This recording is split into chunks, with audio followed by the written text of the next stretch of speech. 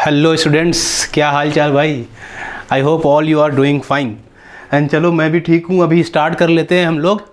आज एकदम ज़बरदस्त टॉपिक होने वाला है। ये अभी तक का समझ लो आप बेस्ट टॉपिक है इस चैप्टर का, क्योंकि एओडी में ना अगर अपने को इंक्रीजिंग डिक्रीजिंग आता है, इंक्रीजिंग डिक्रीजिंग है ना, तो that is the best thing, क्योंकि इंक्रीजिंग डिक्रीजिंग पे सब कुछ डिपेंड करने वाला है, ये पता है आपको। और यार सबसे अच्छी बात ये है कि जेई मेंस का सिलेबस कट आउट हुआ है, पता होगा आपको। तो उसमें सॉरी टेंजेंट नॉर्मल निकाल दिया है लोगों ने, अप्रोक्सीमेशन वगैरह दिख नहीं रहा, इंक्रीजिंग डिक्रीजिंग है, मैक्सिमा मिनिमा है, मतलब मेन काम इसी पे है, रेट मेजरर। तो मेन काम इंक्रीजिंग डिक्रीजिंग है, क्योंकि अगर आपको इंक्रीजिंग डिक्रीजिंग आ जाता है, मतलब मोनोटोनिसिटी ऑफ अ फंक्शन के बारे में पता है, इसका मतलब आपको मैक्सिमा मिनिमा में भी कोई प्रॉब्लम होने वाला है नहीं। That is bit easy. तो चलो लेट्स बिगिन। बातें बहुत सारी हो गई, अब स्टार्ट करते हैं हम लोग। देखो भाई, आ गए हम लोग मोनोटोनिसिटी ऑफ अ फंक्शन पे। अच्छा, जो भी स्टूडेंट अभी 12th का एग्जाम देने जा रहे हैं, बोर्ड के लिए आए हैं, वो भी पढ़ो, उसके लिए भी ये काम आ जाएगा स्टार्टिंग का। एंड ऑब्वियस सी बात है कि आप अगर जेई मेंस एडवांस कुछ करने वाले हो तो वहाँ तो आपको काम आएगा ही। तो चलो स्टार्ट कर लेते हैं। देखो, कोई फंक्शन कैसा बोला कि मोनोटोनिक होता है फंक्शन अगर फंक्शन इंक्रीजिंग है या डिक्रीजिंग है। तो डेफिनेशन लिखा है कि function are said to be monotonic if they are either increasing or decreasing. अगर कोई फंक्शन पूरे इंटरवल में इंक्रीजिंग हो गया या पूरे इंटरवल में डिक्रीजिंग हो गया तो हम बोलते हैं कि फंक्शन मोनोटोनिक है, फंक्शन मोनोटोनिक है। तो मोनोटोनिसिटी का इतना सा मतलब है, और कुछ खास मतलब है नहीं उसका। अब मैंने अभी ग्राफ लिया है तो इससे देखो आपको बात समझ में आएगी। जैसे ये ग्राफ कैसा है, ये कुछ इस तरह से ग्राफ है, देखो ध्यान से। एक ग्राफ ऐसा लिया आपने, ऐसा कुछ ड्रॉ कर दिया। अब यहां पे कोई तो पॉइंट है, यहां पे कोई तो पॉइंट है। अब देखो यहां पे एक पॉइंट ए है मेरे पास, ए के लेफ्ट नेबरहुड में a माइनस एच है, मतलब थोड़ा लेफ्ट ले लो, और ए के राइट में मेरे पास a प्लस एच है। तो जब आप f ऑफ a की वैल्यू देखोगे तो f ऑफ a की वैल्यू कहाँ आती है, ये रहा ना। f of a minus H की वैल्यू कहाँ पे, यहाँ पे है। तो f ऑफ a की value f of a minus H की वैल्यू से बड़ी है, and f of a plus H की वैल्यू इससे भी बड़ी है। तो अगर ये वाली चीज जैसे जैसे x की वैल्यू बढ़ रही है, जैसे जैसे x की वैल्यू बढ़ रही है, अगर वैसे वैसे y भी बढ़ता है, तो फंक्शन को दुनिया वाले इंक्रीजिंग फंक्शन के नाम से जानते हैं। इसका डिनोशन कुछ इस तरह से होता है, ध्यान रखना। बस आपने ऊपर की तरफ एरो डाल दिया है, दैट्स इट। अच्छा जी साहब, सर मैं इसमें क्या बोलना चाह रहा था, सुनो। अगर ये वाला पॉइंट x1 है और ये वाला पॉइंट x2 है, और अगर मैं कभी ये कह सकूं, ऊपर बोलता हूं आपके लिए कि x1 is less than x2, सही बात है। देखो x1 पे फंक्शन की वैल्यू यहां पे है क्या, और x2 पे फंक्शन की वैल्यू यहां पे है क्या। अगर ये वाली बात भी सही है तो क्या मैं ये बोल सकता हूं कि f ऑफ x1 जो है वो f ऑफ x2 से छोटा है। देखो कहानी सेम ही है दोनों, यहां मैंने a h में बात करा है, यहां मैंने x1 x2 में बात करा है। तो अभी भी इनइक्वलिटी, जैसे इनइक्वलिटी x1 x2 में थी, वैसे इनइक्वलिटी फंक्शन में भी आया x1 x2 पे फंक्शन लेने पे। तो फंक्शन को हम लोग इंक्रीजिंग फंक्शन बोल देंगे। अच्छा जी साहब, इंक्रीजिंग फंक्शन में और क्या होता है, आप थोड़ा जब आगे चल के पढ़ोगे तो अगर फंक्शन का डेरिवेटिव, मतलब फंक्शन के टेंजेंट का स्लोप, अगर किसी पर्टिकुलर पॉइंट पे ग्रेटर देन 0 आएगा तो उसे हम बोलते हैं कि वो फंक्शन इंक्रीजिंग फंक्शन है। मतलब इन टर्म्स ऑफ कैलकुलस बात किया जाए तो सिंपल आपको फंक्शन को डिफरेंशिएट करना है। अगर वो फंक्शन आप किसी तरह से ग्रेटर देन 0 दिखा सको तो फंक्शन आपका मोनोटोनिक इंक्रीजिंग हो जाएगा। इसको भी समझने के लिए आप एक काम कर सकते हो, सर ये बात जो आपने बोला ये ग्राफिकली सही हो रहा है क्या, देखते हैं। देखो इसका आप अगर टेंजेंट ड्रॉ करते हो किसी पॉइंट पे, ये बना थीटा, क्या ये थीटा आपको एक्यूट दिखा, ऑफ कोर्स एक्यूट है। तो अगर ये थीटा एक्यूट है मतलब मेरा tan थीटा जो है, tan theta he dy by D x होता है साहब, क्या वो ग्रेटर देन 0 हो जाएगा, ऑब्वियस सी बात है 0 से 90 के बीच में tan की वैल्यू ग्रेटर देन 0 होती है। क्या ये वाली बात लाई कर गई? इतना चमक गया आपको अच्छे से, बहुत ज़बरदस्त कॉन्सेप्ट था ये। अगर ये समझ गया है, देखो अब मज़ा आने वाला है आपको। तो इसमें कुछ रखा नहीं, बस उसका उल्टा काम करना है अपने को। देख लो कैसे करेंगे हम लोग इसमें उल्टा काम। यहां देख लो F of A minus H पे फंक्शन की वैल्यू सबसे बड़ी हो रही है, उससे छोटी है, नहीं मैंने उल्टा लिखा ना, इसको ऐसे लिखना है इनइक्वलिटी। फिर उससे छोटी है एफ ऑफ ए की वैल्यू और उससे छोटी है f of A plus H की वैल्यू। हो क्या रहा है, जैसे जैसे आप आगे बढ़ रहे हो फंक्शन की वैल्यू छोटी होती चली जा रही है। मतलब जैसे जैसे आप x के कोऑर्डिनेट को बढ़ा रहे हो वैसे वैसे y कोऑर्डिनेट घट रहा है। तो काम उल्टा हो गया साहब। ये कैसे कर लिया अपन ने, देख लो ध्यान से। अगर मेरे पास यहाँ पे मैं ऐसे बोल दूं कि x1 इज, अभी भी देखो अगर ये वाला पॉइंट मेरा x1 होता और ये वाला पॉइंट x2 होता तो ऑफ कोर्स x2 x1 से बड़ा है। लेकिन अगर मैं यहाँ पे f ऑफ x1 करूं और f ऑफ x2 करूं, अब बताओ दोनों में कौन बड़ा है साहब? तो f ऑफ x1 पे फंक्शन की वैल्यू यहां है और f ऑफ x2 पे फंक्शन की वैल्यू यहां है। तो इनइक्वलिटी उल्टी हो गई क्या अपनी? इनइक्वलिटी उल्टी हो गई क्या अपनी? देखो यहां पे इनइक्वलिटी उल्टी नहीं हुई थी, जैसे ही उल्टी हुई मतलब फंक्शन डिक्रीजिंग है। ये फंक्शन आपका डिक्रीजिंग फंक्शन है। एंड सेम तरीके से इसमें अगर फंक्शन का स्लोप निकालोगे तो लेस देन 0 आएगा। मतलब अगर आप फंक्शन को डिफरेंशिएट करके लेस देन 0 दिखा देते हो तो आप बोल सकते हो कि function monotonic in decreasing function है। क्या ये मामला क्लियर है? चलो भाई, तो इसमें ज़्यादा कुछ इतना ही था कॉन्सेप्ट इसमें। ये बस आपको बात समझ में आ जानी चाहिए। आगे बढ़ते हैं इस क्वेश्चन में, देखते हैं आगे क्या कॉन्सेप्ट है। बट आपके लिए ना ये दोनों चीज़ बहुत ध्यान में रखना, ये बहुत काम आने वाला है अभी अपने को। हाँ, ये दोनों कॉन्सेप्ट, और चीज़ों को ढंग से नोट कर लिया करो आप लोग। आगे बढ़ते हैं हम लोग भाई साहब। ओहो, आगे मैंने देखो आपको लिए ग्राफ लिया है और इस ग्राफ में हम देख सकते हैं कि कौन फंक्शन इंक्रीजिंग हो रहा है, कौन डिक्रीजिंग हो रहा है। देखो इसने बोला कि x पे इंक्रीजिंग है, x इक्वल टू a पे। ये वो पॉइंट है ना जहां पे फंक्शन इंक्रीजिंग है।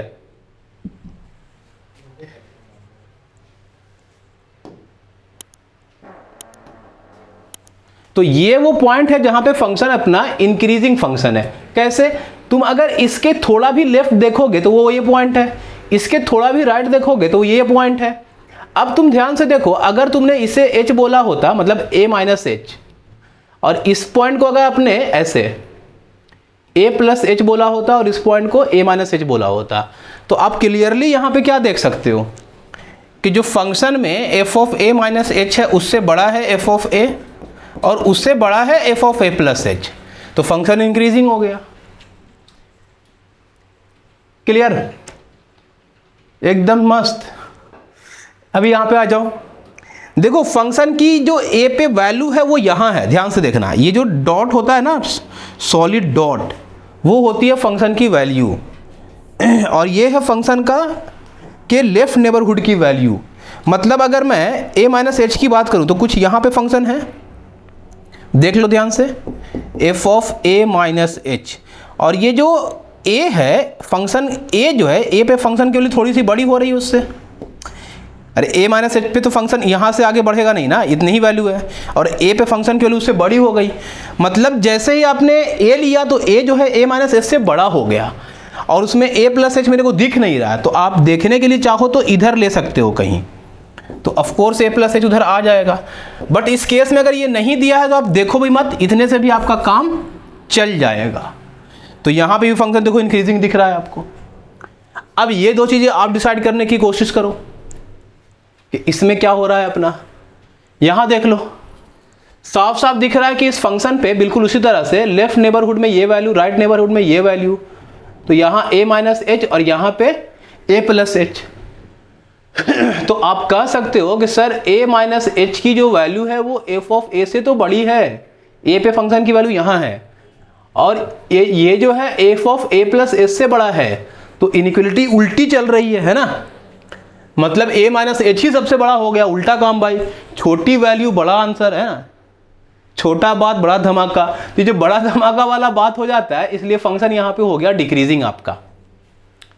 यहाँ देख लो, ये एक टाइप का क्या बोलते हैं इसको, वर्टिकल टेंजेंट बोला जाता है। ये ग्राफ थोड़ा और ऐसे बनता है, ये थोड़ा आसान नहीं होता ड्रॉ कर पाना, कुछ तो ऐसे ड्रॉ होता है ये ग्राफ। तो यहाँ भी देख लो आप, ये वाला मेरा पॉइंट ए है, ए से जस्ट नेबरहुड में देखोगे ये, ए के राइट नेबरहुड में देखोगे ये, तो F of A minus H पे वैल्यू ये है, ए पे ये है और ए प्लस एच पे ये है, तो फंक्शन क्लियरली इंक्रीजिंग दिख रहा है आपको। आई होप ये ग्राफ वाला कॉन्सेप्ट आपको क्लियर हो गया होगा।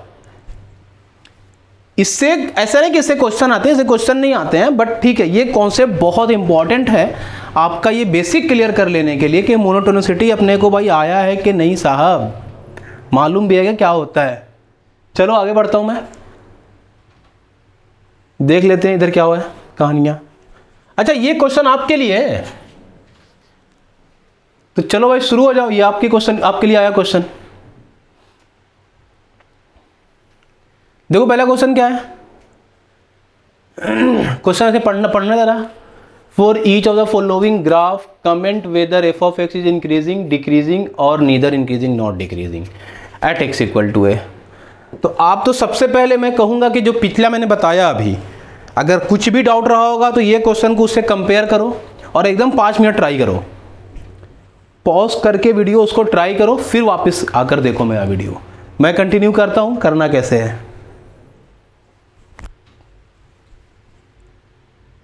5 मिनट हो गए, चलो। अच्छा जी साहब, सर x की जो वैल्यू है फंक्शन की, x की जो वैल्यू है वो यहाँ है, दिख रहा है आपको। a माइनस एच मतलब ये वाला पार्ट है, और a प्लस एच जो है वो ये वाला पार्ट है। तो तुम ध्यान से देखोगे अगर यहाँ पे, तो x of a minus H से ऑफकोर्स a माइनस एच ये वाला पार्ट है ना अपना, तो a माइनस एच से बड़ा है f ऑफ a, ये दिख गया आपको। बट a प्लस एच जो है, अब वो f ऑफ a जो है a प्लस एच से बड़ा हो गया, क्योंकि वो नीचे वैल्यू दे रहा था तुम्हें। देखो ये वाला फंक्शन a प्लस एच का है, आप समझ रहे हो क्या हुआ है। देखो a पे फंक्शन की वैल्यू यहाँ थी, a माइनस एच तो नीचे था, तो ऑफकोर्स ये वाला वैल्यू a माइनस एच से बड़ा है, लेकिन a प्लस एच नीचे आ गया थोड़ा, तो भाई इनइक्वालिटी देखो उल्टी हो रही है। पहले इधर जा रहा था, एक तरीके से नहीं गया वो, तो फंक्शन को आप क्या बोलोगे, इस फंक्शन को आप क्या बोलोगे, neither increasing nor decreasing. Clear है मामला इतना। क्योंकि एक बार तो फंक्शन इंक्रीज करने को लगा, फिर फंक्शन डिक्रीज करने को लगा, तो बोले क्या, अरे तो कुछ नहीं। सेकंड ग्राफ देखो, जिससे नहीं हुआ था 5 मिनट ट्राई करने के बाद ना, वो फिर से 1 मिनट रोक के बाकी को ट्राई करो। कैसे सर, इसमें देखो x f of x equal to a तो नहीं दिया अपने को, बट इसने a माइनस एच दिया है। ये है a माइनस एच के लिए ग्राफ, और ये है a प्लस एच के लिए ग्राफ। देखो जो लेफ्ट में जाएगा ना ग्राफ, वो a माइनस एच के लिए होगा, जो राइट में जाएगा वो a प्लस एच के लिए होगा। तो देखो ये बात तो सही दिख रही है अपने को, मतलब ये इंक्रीजिंग फंक्शन हो गया, ये सही दिख रहा है ना। जैसे जैसे x की वैल्यू बढ़ेगी वैसे वैसे तुम ऐसे भी चेक कर सकते हो इसको, कि यहाँ पे अगर x की वैल्यू कुछ है, यहाँ पे कुछ है, तो यहाँ पे x1, यहाँ पे x2, तो जो x2 है वो x1 से तो बड़ा है क्योंकि वो राइट में है। अच्छा x2 पे जो फंक्शन की वैल्यू है साहब, वो x1 पे जो फंक्शन की वैल्यू है उससे तो बड़ी आ रही है, मतलब फंक्शन इंक्रीजिंग हो गया। तो चेक करने के ये सब भी टेक्निक हो गए। फिर से देख लो ये 2 क्वेश्चन, यहाँ तो तुम कर सकते हो बड़े आराम से, लेकिन फिर भी मैं करता हूँ। फंक्शन की जो वैल्यू है वो यहाँ पे है, ये देख लो आप लोग, है ना, ये है फंक्शन की वैल्यू आपकी। तो फंक्शन की वैल्यू, अच्छा a माइनस एच ये वाला है, ये ध्यान रखो, ये माइनस एच ये वाला है, तो जो a माइनस एच है वो फंक्शन की वैल्यू से बड़ी है। अब जो a प्लस एच है वो ये वाला है, मैंने बोला था ना, जो लेफ्ट में ग्राफ जाएगा वो a माइनस एच है, जो राइट में जाएगा वो a प्लस एच है। तो अब तुम देखो a जो है वो a प्लस एच से बड़ा है।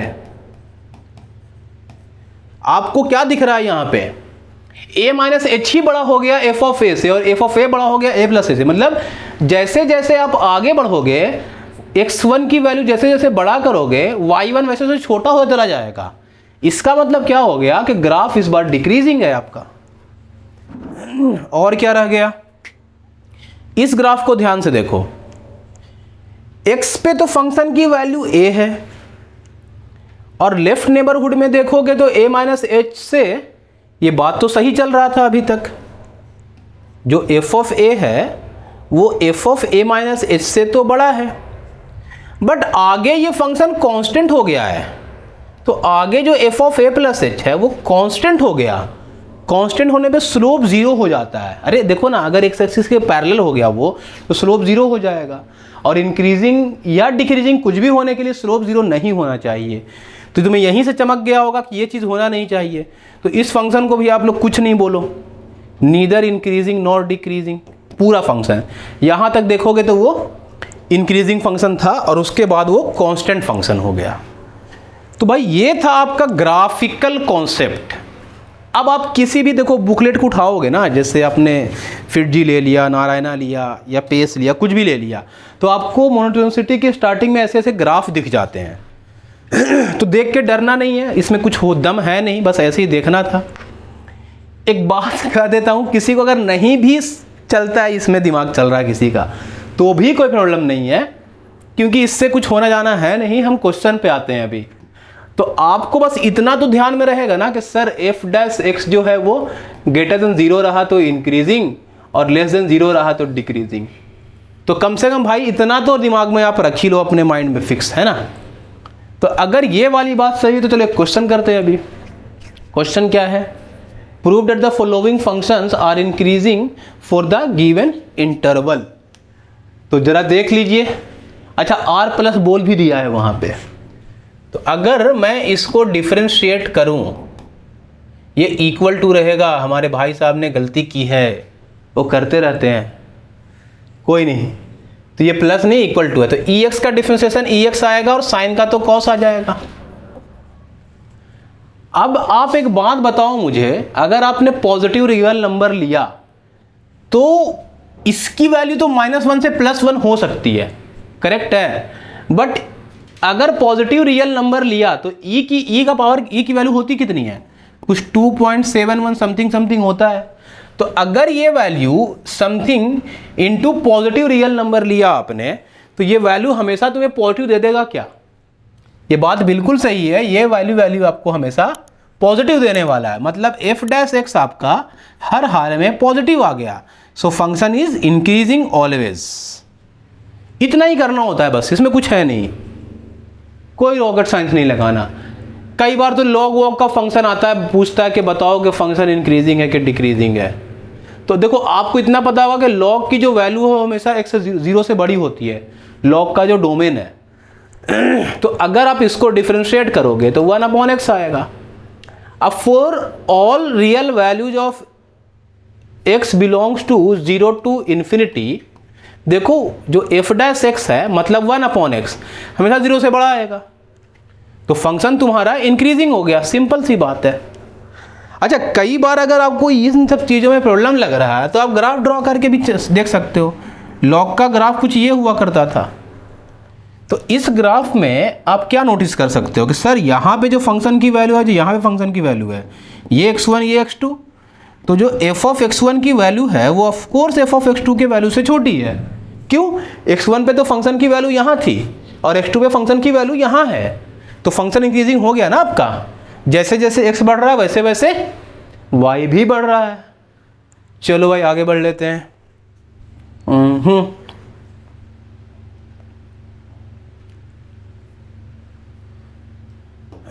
देख लो यहाँ क्या क्वेश्चन आया, prove that the following function are increasing for the given interval.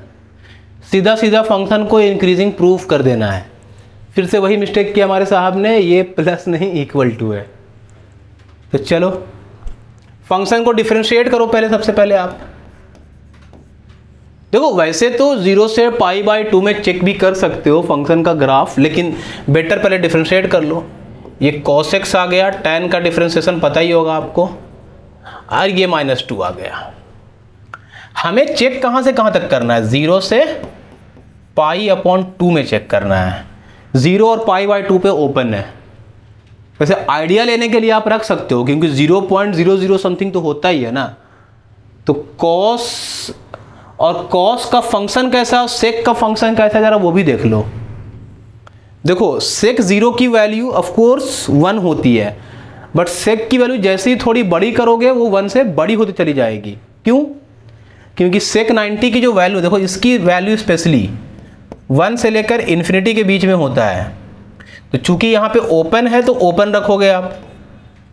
तो जिस दिन 0 हुआ था ये वैल्यू 1 है, 1 से, और ये वैल्यू भी 1 है -2, बट ये आपने एग्जैक्टली तो ले नहीं सकते आप, तो 0 से थोड़ा बड़ा, 0 से थोड़ा बड़ा का मतलब ये वाली वैल्यू 1 से थोड़ी सी बड़ी वैल्यू लेगा।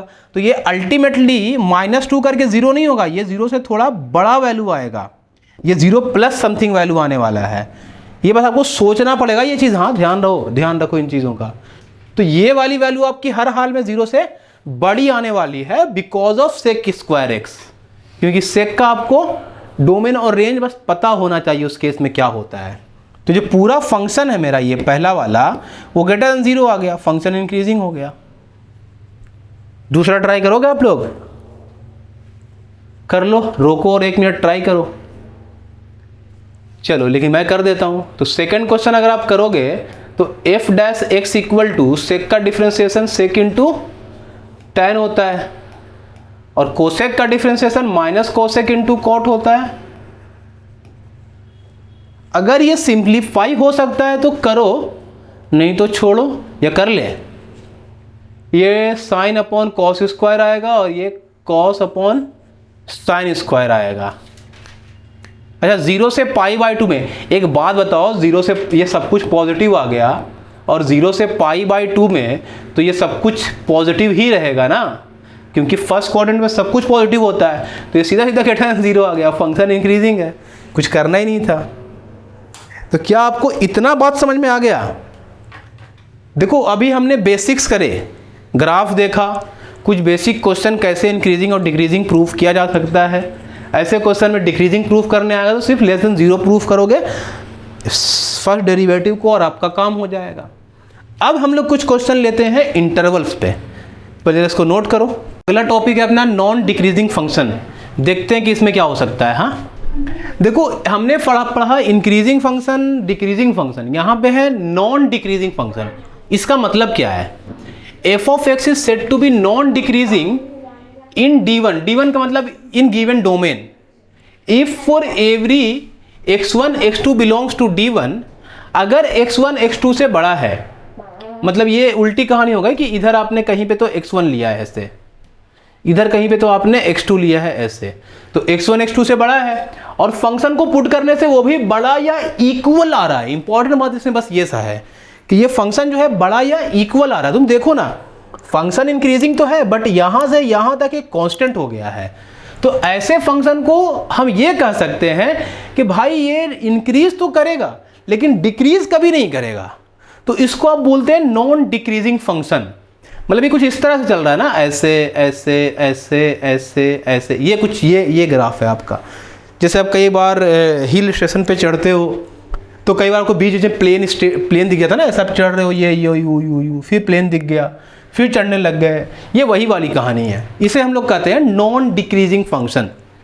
आगे बढ़ते हैं, अगला टॉपिक इसमें क्या है, तो उल्टा रहेगा इसका, नॉन इंक्रीजिंग फंक्शन। देख लो अब क्या है, अब उल्टी कहानी है बस कि x1 अगर x2 से बड़ा है लेकिन f ऑफ x1 करने से इनइक्वलिटी उल्टी हो जाती है। देखो ये फंक्शन घट तो रहा है, हमें पता है ये बात, बट इतने पे आके कांस्टेंट हो गया है, तो ये नॉन इंक्रीजिंग फंक्शन हो गया। मतलब कुछ भी होगा ये फंक्शन कभी इंक्रीज तो नहीं करेगा, ये बात पक्की है। चलो भाई इसमें ज़्यादा कुछ था नहीं, आगे बढ़ते हैं हम लोग। अब इसमें देख लो एक कहानी क्या है, ये मैंने आपके लिए ग्राफ लिया है स्पेशली इसलिए। देखो अगर ये वाली वैल्यू a है और ये वाली वैल्यू b है, सपोज कर लो ये c d और e है, यहां से यहां आपका ग्राफ इंक्रीज कर रहा है। देखो ये कांस्टेंट हो गया, फिर इंक्रीज कर रहा, फिर कांस्टेंट हो गया, तो ग्राफ इंक्रीज तो कर रहा है बट कांस्टेंट हो गया। तो कुछ ऐसे यहां जो f डैश x की वैल्यू है वो ग्रेटर देन इक्वल टू 0 है। इस केस में देख रहे हो आप, ग्रेटर देन इक्वल टू 0 हो गई है। तो इस केस में आपका जो पॉइंट C है वहां पे जो स्लोप है फंक्शन का वो पूरा 0 हो जाएगा। सी पे, डी पे, इवन ई पे, है ना, सी डी और ई पे आपके स्लोप जो है वो 0 हो जाएंगे। तो हम फंक्शन को मोनोटोनिक नहीं बोल सकते इसे। इस तरह के फंक्शंस कभी भी मोनोटोनिक नहीं होते हैं, क्योंकि ये बढ़ तो रहा है, फिर से वो स्लोप 0 हो गया, फिर बढ़ रहा है, फिर स्लोप 0 हो गया। तो जब कई बार ऐसा हो जाएगा तो हम फंक्शन को मोनोटोनिक नहीं बोलते हैं। अब क्या बच गया साहब इसमें, देख लो, बस क्वेश्चन है अभी एक दो, वो अगर हो गया तो हमारा काम समझो इसका हो जाएगा। क्वेश्चन क्या है कि separate the interval of monotonicity of the following function. मतलब इतना सा है कि आपको बताना है कि फंक्शन कौन से इंटरवल में मोनोटोनिक है, मोनोटोनिक इंक्रीजिंग है और मोनोटोनिक डिक्रीजिंग है। तो इसी टाइप के क्वेश्चन आपके बोर्ड एग्जाम्स में पूछे जाते हैं। For JEE point of view बस ये कॉन्सेप्ट रहेगा एक टाइप का। तो सिंपल सा काम ये होता है कि आप डिफ्रेंशिएट करोगे, ये आ गया 6x 24x square minus 12x plus 24। सही किया मैंने? अरे यार ये उल्टा लिखा है, इसके लिए मुझे लग गया ऐसा, कोई नहीं। इक्वल टू 0, इसे ही आपको सिंप्लीफाई करके आंसर बताना है। तो कितना, 6 कॉमन है क्या सब में? हाँ 6 कॉमन है, -6 कॉमन कर लें क्या? तो क्या मिल जाएगा अपने को, यहाँ देखो 4x square plus 2x minus 1। अरे दो जगह पे x क्यों दिख रहा है? कुछ तो क्वेश्चन में झोल है। मैं जरा क्वेश्चन चेक कर लेता हूं आप लोगों के लिए एक बार पहले।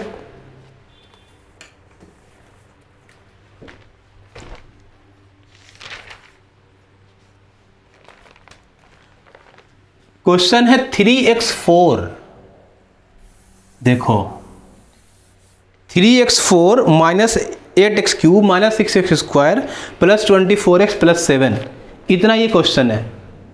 तो देख लो भाई, इसको अगर डिफरेंशिएट करते हो आप तो क्या मिल जाएगा, 4 3 जा 12x cube minus 24x square minus 12x plus 24, और ये तो हो गया लड्डू, तो भूल जाओ इसको। अभी क्या करना है अपने को, यहाँ से आप कुछ कॉमन कर सकते हो, तो 12 मुझे कॉमन दिख रहा है, तो x cube minus x square, नहीं minus 2x square minus x plus 2। I hope ये क्लियर होगा। अगर आपको फंक्शन में इंटरवल फाइंड करना है कि कहाँ पे वो मोनोटोनिक इंक्रीजिंग है और डिक्रीजिंग है, तो उसके लिए आप पहले फंक्शन को 0 से इक्वेट करो और यहाँ से x की वैल्यू फाइंड कर लो, फैक्टराइज करके देख लो क्या हो रहा है। अगर मैं यहाँ पे x स्क्वायर कॉमन लूँ तो x माइनस 2 है क्या, ये यहाँ -1 कॉमन लिया तो x माइनस 2 है। तो similarly finally we have x square and x, ये आ गया अपना, यहाँ 1 था ना, x माइनस 2, यहाँ पे 1 है नेगेटिव साइन के साथ। अगर आपने इसे कंपेयर किया तो x की वैल्यू 2 आएगी और यहाँ से x की वैल्यू x स्क्वायर 1 आएगा, therefore x is plus minus 1। अब यहाँ से आपको डिसाइड करने में हो जाएगी आसानी, काम हो गया है ख़त्म। देखो कैसे, ये आपने ड्रॉ करा number line, this is -1, this is 1, this is 2। सबसे पहले ये देखो जो आपने डिफरेंशिएट किया था फंक्शन, उसकी डिग्री क्या है। डिग्री बोले तो हाईएस्ट पावर, और हाईएस्ट पावर क्या है 3, उसका कोएफिशिएंट कितना है 12, पॉजिटिव और negative, of course positive, so start with positive and go alternate. ये क्लियर है मामला। देखो जो इंटरवल पॉजिटिव आया है वो इंक्रीजिंग है और जो इंटरवल नेगेटिव आया है वो डिक्रीजिंग है। तो सिंपल सी बात है, अगर आपको इंटरवल लिखना होगा तो इंक्रीजिंग इंटरवल क्या है साहब, -1 से 1, हमेशा ओपन ब्रैकेट देना, ध्यान रहे, और ये 2 टू इन्फिनिटी जाएगा। एंड डिक्रीजिंग इंटरवल क्या है साहब अपना, तो दैट इज 1 to 2। ये हो गया आंसर। बट इसमें एक पंगा है कि जेई के क्वेश्चन के लिए तो ये रूल ठीक है, बट वो स्टूडेंट जो बोर्ड का क्वेश्चन कर रहे हैं उनके लिए ये वाला रूल एप्लीकेबल नहीं होगा, सर स्कूल वाले ना माने। तो आप क्या करोगे, आप कुछ मत करो, ये इंटरवल बनाने के बाद इसमें वैल्यू पुट करके देखो।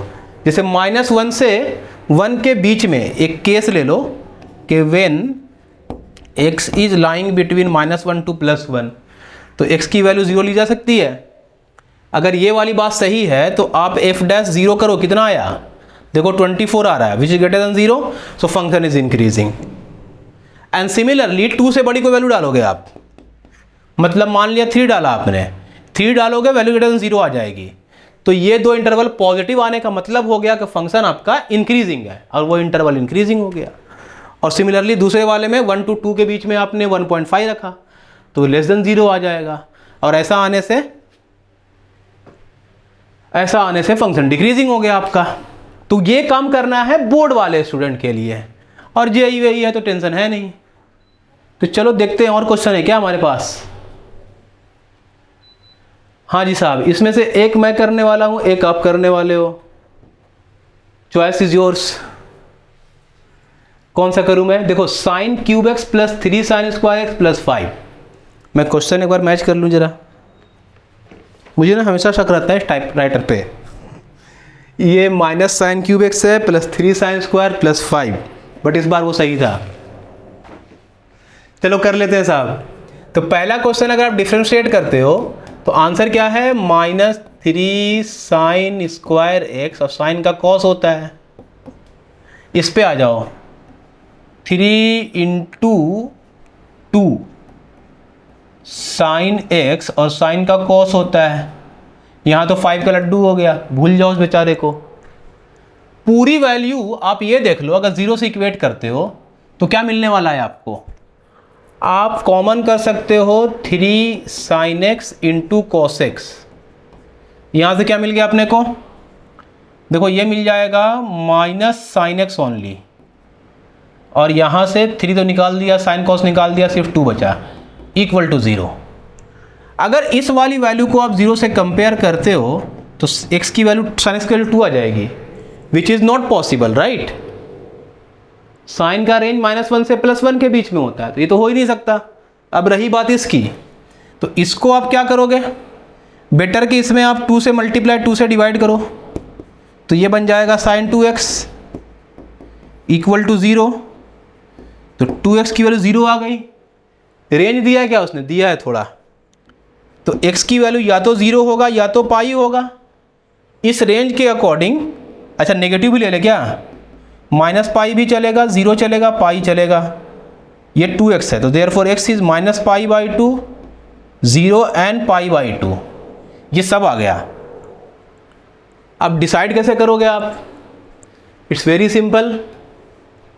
ये है -π/2, this is 0 and this is π/2। इससे आगे बात नहीं करनी है।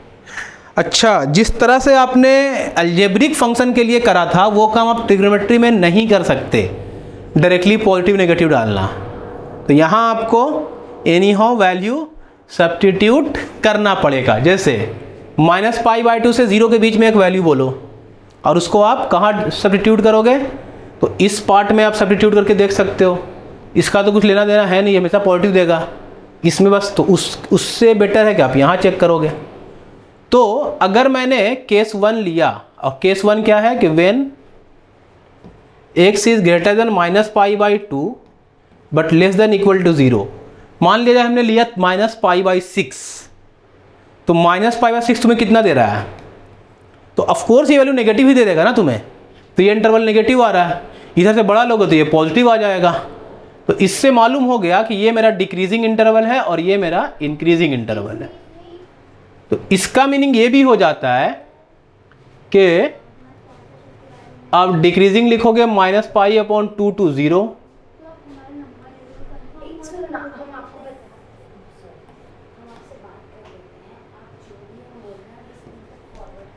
एंड इंक्रीजिंग हो जाएगा आपका 0 से π/2। That's it. अब देखो आपके पास और कोई क्वेश्चन बच गया क्या? एक क्वेश्चन बच रहा है, ये डिफरेंशिएट करके मैं आपको देता हूँ मौका, ट्राई करो। और अगर ना आए तो मुझे डाउट में शेयर करो, आप कमेंट मारो कि सर मेरे को नहीं आया। तो देखो मैंने इंक्रीजिंग डिक्रीजिंग एक शॉट में कंप्लीट कर दिया है, इसमें ज़्यादा कुछ है नहीं। अगले लेक्चर में मैं इंक्रीजिंग डिक्रीजिंग के डिफ़िकल्ट क्वेश्चन थोड़े और किस किस टाइप के आते हैं, और मेन मैक्सिमा मिनिमा पे फोकस करूँगा मैं। तो मैक्सिमा मिनिमा पूरा नॉर्मल से लेके वर्ड प्रॉब्लम तक, और मैक्सिमम इन मैथ ऐसा चैप्टर है कि अगर आपने बोर्ड लेवल भी बहुत अच्छे से करा है, लाइक एनसीईआरटी और आरडी शर्मा लेवल, तो आपका मेंस लेवल भी कंप्लीट हो जाता है साहब।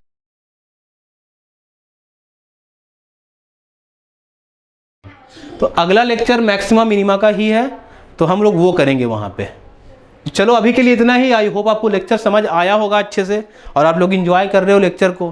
पूरा वीडियो देखा आपने, मतलब आपको सच में मज़ा आ रहा है भाई। Thank you very much. बस लेक्चर देखते रहो, लोगों को शेयर करो जिसे जिसे ज़रूरत है। Thanks a lot, bye bye.